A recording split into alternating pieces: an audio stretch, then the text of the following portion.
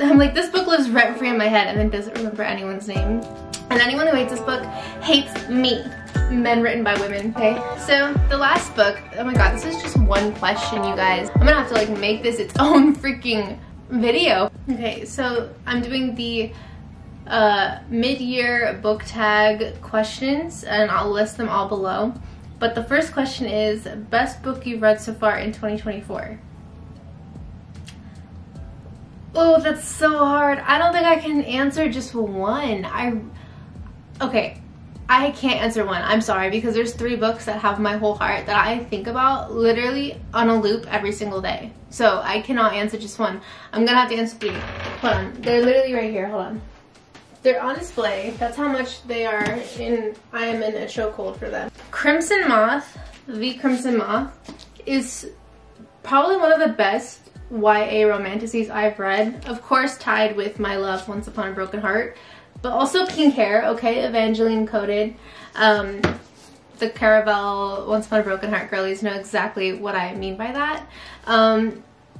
Also, just like take a second to appreciate the Fairy Loot version. It follows Rune, and she is the Crimson Moth, which is like the leader of a rebel witch group that has to stay underground to basically protect the witches in this town, because there is a witch hunt and there is a witch hunter who basically wants to like exterminate all witches.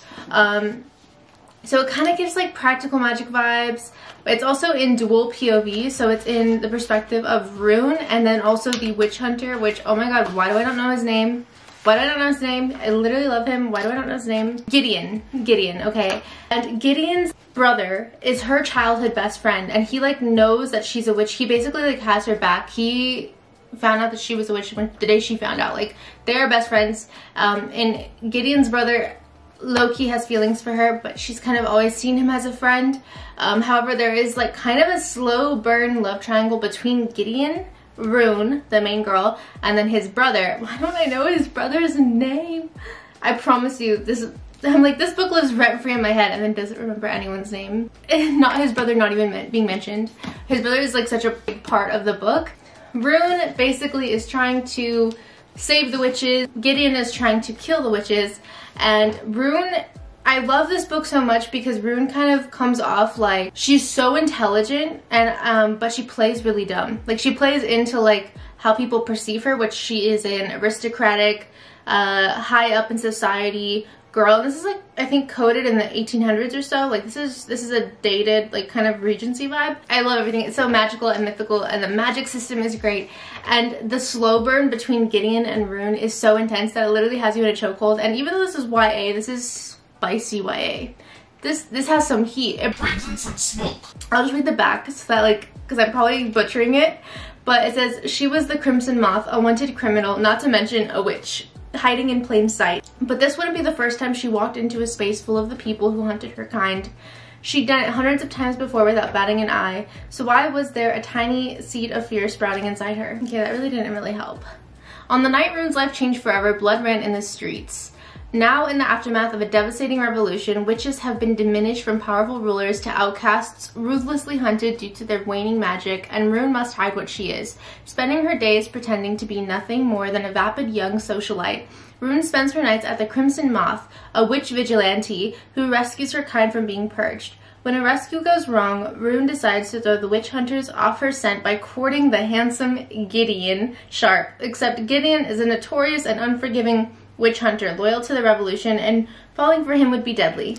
So the vibe of this book kind of gives me like cat and mouse games, because I feel like the whole time Gideon and Rune are both basically playing each other, but they catch feelings while they're playing each other. It's like they both kind of know that they both suspect the other of basically being onto them. Like, Rune expects him to be only like showing her interest or hanging out with her because she suspects that he knows she's a witch, and then he suspects her to basically be a witch and potentially be hiding something. And it's funny because at first he like doesn't even bat an eye towards her. He's like, this girl is so vapid, this girl is so, like, he's kind of like Mr. Darcy. He's like, this girl is so vapid, this girl is so beneath me, all she wants to do is talk about parties and social lights and balls, blah, blah. And then they're like making small talk or something, and he's being like really dismissive of her, and then she says something that's like so cunning and witty, and then he's like, who is she? What? Like and then he starts getting like catching feelings, but also catching onto her. Oh my god. Oh my god. And then the cliffhanger, I literally cried. I literally cried at the cliffhanger. Yeah. So 2025 cannot come fast enough. Now, still on the same subject of romantasy, and then I have one that is contemporary romance meets magical realism. Oh my god. She is beautiful. When the Moon Hatched. This is the Waterstone edition. And yes, I pre-ordered the Fairy Loot edition because I have a buying problem. Broken things make the sharpest weapons. Now, okay, I want you guys to shelve ACOTAR, shelve, what do you call it, Fourth Wing, shelve all of that. This is like if Game of Thrones demolished your fave spicy romantasy. Okay, so he's fire and brimstone, I'm shattered ash. I'll gladly burn beneath him until the world comes crumbling down. This book has me in such a chokehold. I've never read such high fantasy, magical, like magic system that's just so beautiful and so intricate. The characters are so multifaceted. There's so much chemistry between the main female character and the main male character. Like, this is the slowest burn, witty, perfect. This book has my whole heart. Honestly, this is like god tier level. And anyone who hates this book hates me. As an assassin for the rebellion, Rave's job is to complete orders and never get caught. When a rival bounty hunter shatters her world, Rave finds herself captured by the Guild of Nobles, a group of powerful fae. Crushed by the loss of his great love, I want you to just keep that filed away. Dragon Rider Con Vagar, I don't know if I'm butchering the name, sorry, took the head of a king and donned his melted crown. Now on a tireless quest to quell the never-ebbing ache in his chest, a clue lures him into the capital's high-security prison where he stumbles upon the imprisoned Rave. Together they seek truths that threaten to unravel everything they knew about their world and each other. Think of like if Forgotten Memory trope done right. And it's almost like Rave doesn't know who she is, she doesn't know where she came from. And you're finding out as she's finding out, but boy does she have a past. And the thing is, she does remember certain things. They come back to her while you're reading the book. Like, obviously they come back to her and then you're like, whoa. But the plot twists are not sloppy. They're not like just thrown in there for shock value. Like, they actually are so integral to the plot, to the characters, and to everything going on in the world that like, it's just like a perfectly placed puzzle, if that makes sense. This book is just so beautiful. And then dynamic between Rave and Con, adult romantasy couple, and the spice is extra hot. Extra hot. So, and also I think the thing too, like with a lot of adult romantasy books or fantasy books, like with smut scenes and stuff, I feel like it's either like just a smut fluff erotica book and it's kind of like not that great, or like the plot is so confusing that I don't even think the author knows where it's going. However, like both, it was like equal parts romance but also equal parts plot, and I feel like I really appreciated that because like, I was actually devouring the book because I cared about things apart from the romance. And as like a romance-addled brain, oops, I just showed you my next book, a romance-addled brain person, girly, it's very hard for me to care about a fantasy plot sometimes, especially when it doesn't seem interesting or appealing to me. I have extreme ADD. This was not the case.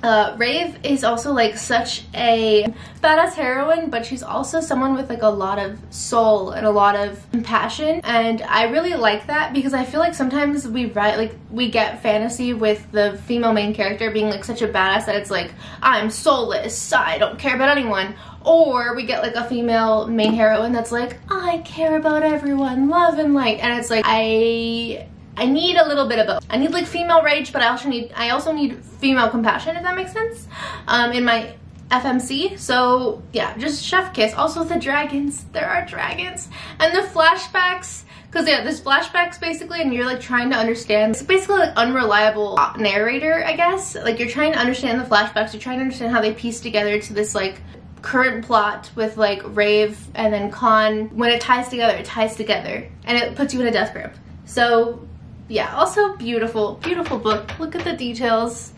I'm pretty sure it's like she doesn't know who she is, but he knows who she is immediately. I'm 99.9% sure. And I just, oh, a stark reminder that the hand that gives can just as greedily take away. Now, I don't like Sarah J Maas, but I would say like if people wanted a plot, an actual plot with romance, which I will say yes, that is what they're popular for. So is, what is it? Iron Flame, Rebecca Yarros. This is literally those two things, but done better. He's much, much too easy to care about. She's very lucky. Oh, I think this is Khan's point of view. She's very lucky this didn't kill her. I would have split the world if it did, then split my fucking self. Oh, men written by women. Okay, so the last book, oh my god, this is just one question, you guys. I'm gonna have to like make this its own freaking video probably. Okay, so the last book is 7 Year Slip. This author is honestly my favorite in terms of contemporary romance. However, it's like magical realism contemporary romance. Like every single book of hers has some kind of mythical, magical touch. And that's probably why I like it, because I mean, if I wanted to like read about dating in the real world, I would just like talk to my friends. No, I'm just kidding. Clementine West, her aunt has a magical apartment. So basically it's almost like sometimes when she opens the door to her apartment to like go put groceries away or something, it takes her to a time jump back to like 10 or so years ago. The thing about the apartment is it connects people who used to live in the apartment with people who currently live in the apartment. That's important. So her aunt, talking about how she fell in love with this woman who used to live in the apartment, and it would always take her back to times where the other woman previously lived in the apartment, and they would hang out. At first they would both be freaked out, but then eventually they would like start hanging out or falling in love, and it was just a very like magical thing. The catch is, you know, sometimes when you close the apartment door, you don't know if you're gonna go back anytime soon. You don't know when you're gonna go back. So it's like very like butterflies, like when you're reading, you're like, oh my god. So long story short, the aunt sadly passes away, and Clementine's last, I think she inherits the apartment. Important about before the aunt passed away was that Clementine and her aunt, who were very, very, very close, went to vacation in like Iceland or something one summer, someplace far away.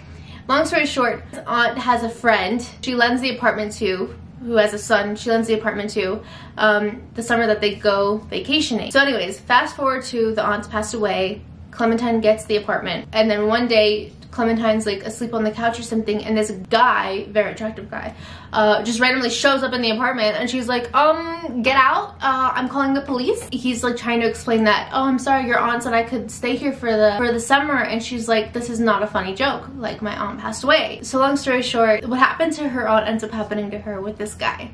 And he is an aspiring chef, and he just moved to New York, and he has all these dreams and ambitions, and he's a little bit younger than her at the time, and she was just like exiting a breakup. I don't know, or maybe she's just mourning her aunt, I don't know, but she's like in a jaded headspace, and she meets this guy, and he's like full of hope. They start falling in love, but then in present time, when she time jumps back to her current life, which is basically just like sometimes she leaves the apartment and then comes back, and that's like the apartment will be empty because the apartment is magical. So it's not really that she's time jumping, it's more of just like whenever she leaves the apartment, she doesn't know if when she comes back it's gonna take her to the dated time with the guy in there, or it's gonna take her to present time. Long story short, while that's happening, she bumps into him in present time. He is treating her basically like they went through some kind of devastating breakup. She doesn't know what happened.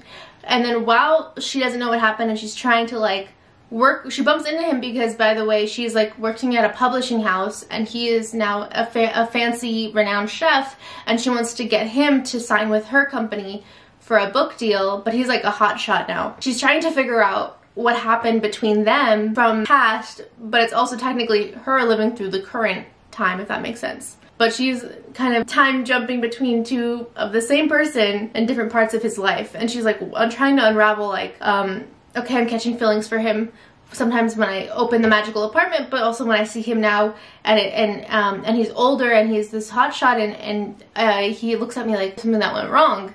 And so you're basically living through both times at once. Oh my god, it's just, also this book literally creeped me out in the best way, because I literally felt like they were talking about me.